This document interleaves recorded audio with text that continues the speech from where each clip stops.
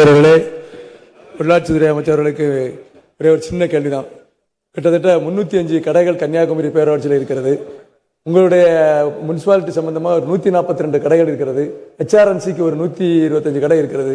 இந்த கடைகளுக்கு எல்லாம் தற்பொழுது நோட்டீஸ் அனுப்பியதால் கடையை எவிக்ட் பண்ண வேண்டும் என்று உயர்நீதிமன்றத்தில் சொன்னது என்கரேஜ்மெண்ட் இருந்தால் மட்டும்தான் அதை எவிக்ட் பண்ண சொல்லியிருக்கிறார்கள்.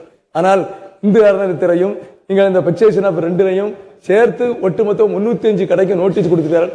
தயவுசெய்து அந்த நோட்டீஸை நிறுத்தி கடை அங்கே இருக்கக்கூடிய ஏழை மக்களுக்கு வாழ்வு தர வேண்டும் என்று உங்கள் மூலமாக கேட்டுக்கொள்கிறேன். அந்த கேள்வியை என்னையும் சேர்த்துக்கிடுங்க. அது உண்மையிலேயே பாவப்பட்ட மக்கள் முடிஞ்சா உதவி செய்யுங்க. நல்லா கேள்வி நீ சொல்லுங்க, அதை சொல்லுங்க. பாவப்பட்ட மக்கள் எல்லாம் தேர்தல் வரப்போகுது, அதனால நீங்க எல்லாம் சொல்றீங்க. கோர்ட்ல போய் எங்க அதிகாரிகள் கை கட்டி நிக்கிறாங்க, நீங்களே வக்கீல சொல்லுங்க.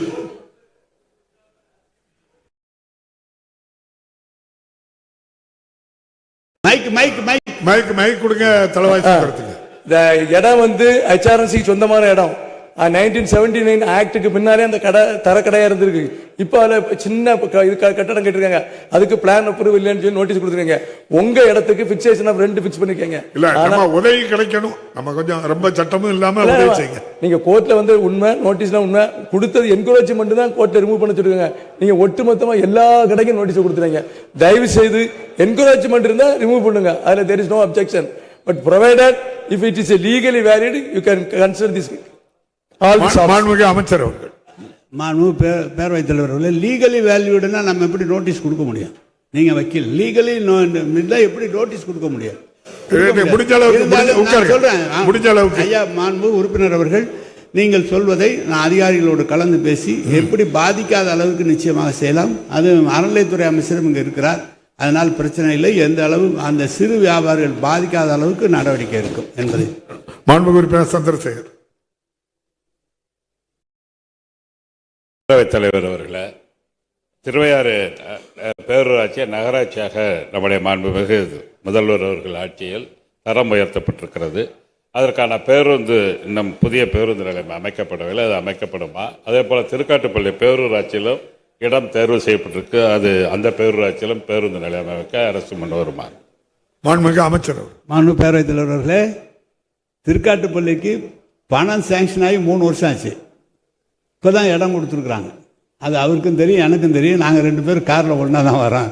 இப்போ திருவையாறு கேட்டிருக்காங்க. திருவையாருக்கு புது பஸ் பைபாஸ் சாலை போட்டாங்க. இப்போ திருவையாறில் இடம் தேர்வு செய்யப்பட்டு திருவையாறில் மிகப்பெரிய பேருந்து நிலையம் கட்டுவாங்க. ஏன்னா ரொம்ப இடைஞ்சலான இடத்துல இருக்குது திருவையாறு. எனவே மக்களுக்கு தேவையானது செய்து கொடுக்கப்படும் என்பதை தெரிவித்துக் கொள்வோம்.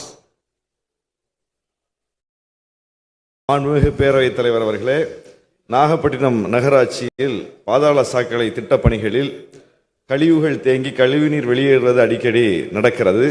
எனவே கழிவுநீர் உறிஞ்சு வாகனம், தூர்வாரும் இயந்திரம் போன்றவை தேவைப்படுகிறது.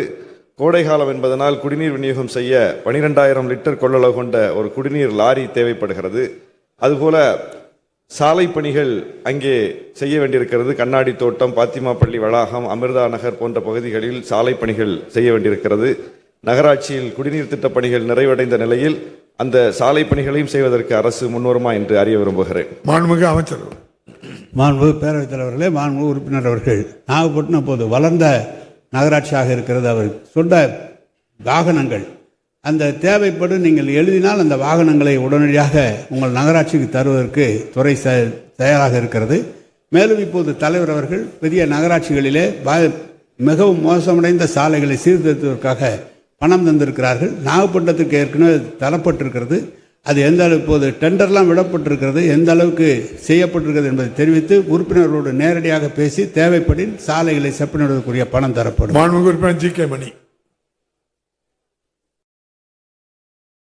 பேரவைத் தலைவர் அவர்களே,